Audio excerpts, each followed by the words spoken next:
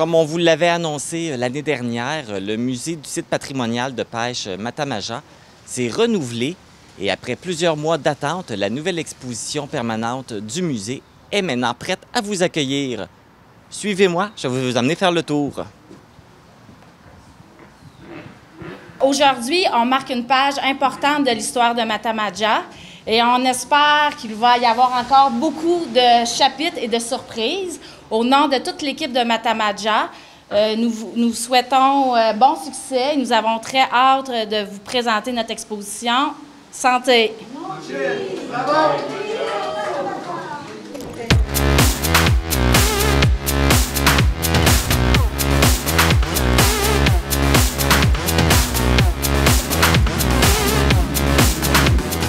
À la nouvelle exposition du Matamaja, Plaisir de pêche. Alors, je m'apprête à faire la visite. J'ai mon petit appareil, j'ai mes écouteurs. Je suis prêt. J'y vais.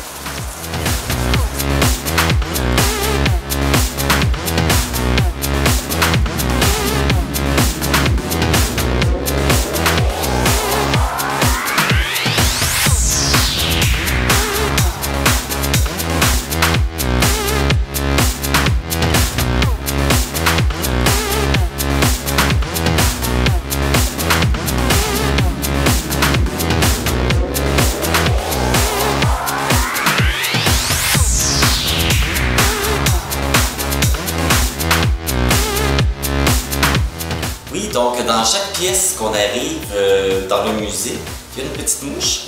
On place notre petit appareil pour on puisse entendre la description de les images qu'on voit.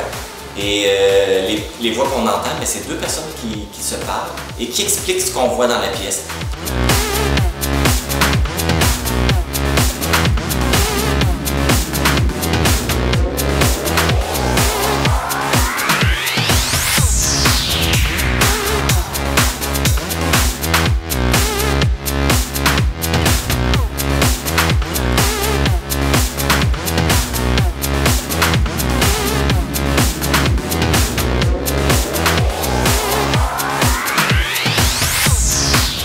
Je viens de compléter la visite de la nouvelle exposition du site patrimonial de pêche Matamaja. C'est vraiment intéressant, on voit toute l'histoire de la pêche ici. Alors je vous le recommande, venez le voir.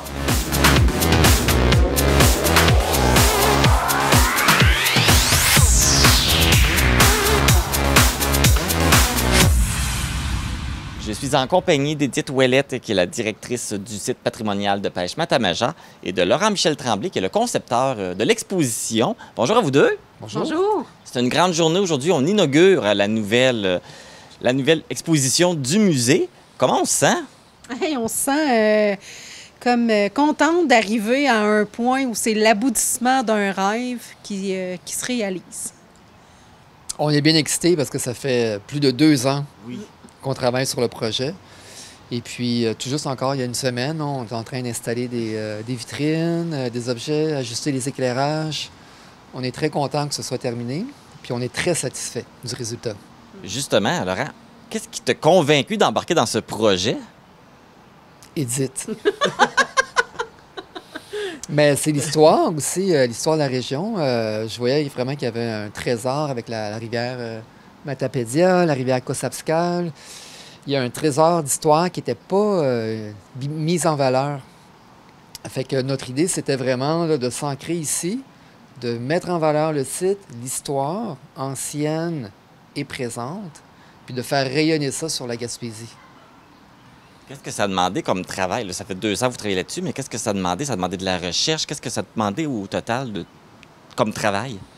Mais Laurent Michel, il est tellement entouré d'une belle équipe, là. Mais toute la recherche, le scénario, la conception, les visuels, la réflexion autour de on y va avec des balados, pas des balados. C'est un gros travail de réflexion, de concertation tout au long de la démarche. En fait, ça demande des historiens en histoire, des gens qui ont fait de la recherche dans des livres, trouver des archives, des photos, trouver des objets. Ensuite, ça prend des graphistes, ça prend des gens qui vont faire la conception sonore, enregistrer le bruit de la rivière, les arbres, les oiseaux. Ça prend un éclairagiste, des fabricants, beaucoup, beaucoup de monde. Oui, parce que tout l'audio qu'on entend dans les écouteurs, c'est tous des bruits qui ont été enregistrés ici. Oui, c'est ça. On se promenait sur la rivière avec nos microphones 360. On se mettait dans le milieu de la rivière, sur un tas de roches, et on enregistrait. On allait dans la forêt, on enregistrait le bruit de la forêt, les bruits des oiseaux. Fait que tous les sons qu'on entend dans l'exposition, c'est des sons qui viennent d'ici. C'est vraiment original de Cossapscal. Exactement. C'est ça, les guides sont virtuels. Est-ce qu'il y a juste la pénurie d'employés qui vous a amené à faire ça? Non, dans le fond, c'est comme la nouvelle mode, là, les balados. Hein? Fait qu'on voulait aussi avoir un produit qui était original, qui se démarquait des autres musées de la Gaspésie ou de partout ailleurs au Québec. On voulait une expérience qui allait donner plus encore aux clients qui allaient passer. Fait que de là, on a avancé vers une expérience immersive sonore. On voulait en donner plus que juste un guide qui raconte l'histoire, là. Puis lorsqu'on monte une exposition, on peut écrire les mots sur les murs, mais on s'est dit pourquoi pas aller dans l'oral? Pourquoi pas se faire raconter l'histoire par des gens qui ont vécu l'histoire? Donc c'est à ce moment-là qu'on s'est dit on va créer 2 personnages et qu'on va suivre à travers le pavillon, puis sur tout le site, puis on va les écouter discuter. Puis à travers leur échange, on comprend l'histoire. Parce que là, ça relate l'histoire des débuts, mais jusqu'à aujourd'hui, là, c'est jusqu'au présent. Oui. Jusqu'au présent, jusqu'à aujourd'hui, qu'est-ce qui se fait pour la pêche au saumon, la préservation du saumon, la préservation de nos rivières, la préservation des refuges thermiques qui permettent au saumon de se reproduire, de continuer. Fait que oui, c'est jusqu'à aujourd'hui. Oui. Puis aussi, le musée se veut maintenant être le dépositaire soit de la connaissance ou des objets de collection. Donc, à partir du moment où on trouve un objet dans notre grenier, on ne sait pas à quoi ça sert, on sait que c'est une vieille affaire, bien, c'est ici maintenant qu'il faut les donner. Parce que nous, on va pouvoir les conserver, les identifier, trouver leur histoire, les préserver pour l'avenir. D'ailleurs, justement, qu'est-ce qui est arrivé avec les objets de l'ancienne exposition? Ils sont tous conservés ici, dans le fond, avec Laurent Michel qui nous a permis de rêver grand et de rêver très grand. Le musée est vraiment devenu une institution muséale avec toute la mission de conservation et de mise en valeur. Fait qu'on est rendu maintenant avec une réserve muséale. Fait qu'on veut documenter toute l'histoire de la pêche au saumon dans la vallée de la Matapédia. Puis ça, c'est grâce à Laurent Michel qui nous a permis de rêver. Et c'est maintenant un rêve... Réalité, devenu réalité. On procède à l'inauguration aujourd'hui, donc ça veut dire qu'à partir de maintenant, les gens peuvent venir visiter. Oui, à partir de dimanche, en fait. Demain, on prend une journée de repos, mais dimanche, on rouvre à 9h, à 17h, jusqu'au mois d'octobre, à tous les jours, 9 à 17.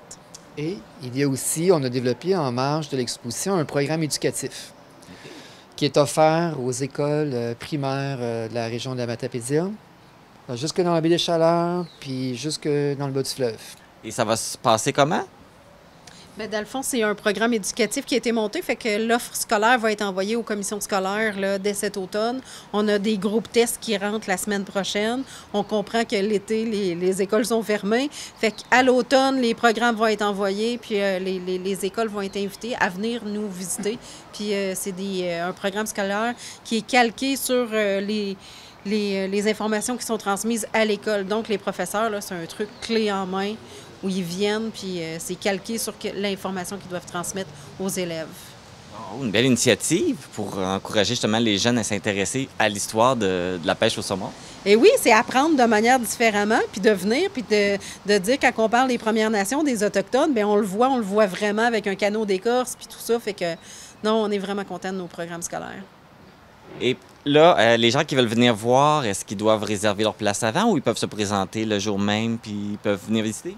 Très facilitant. Vous arrivez, on vous vend tout ça, on vous prête le balado, vous partez.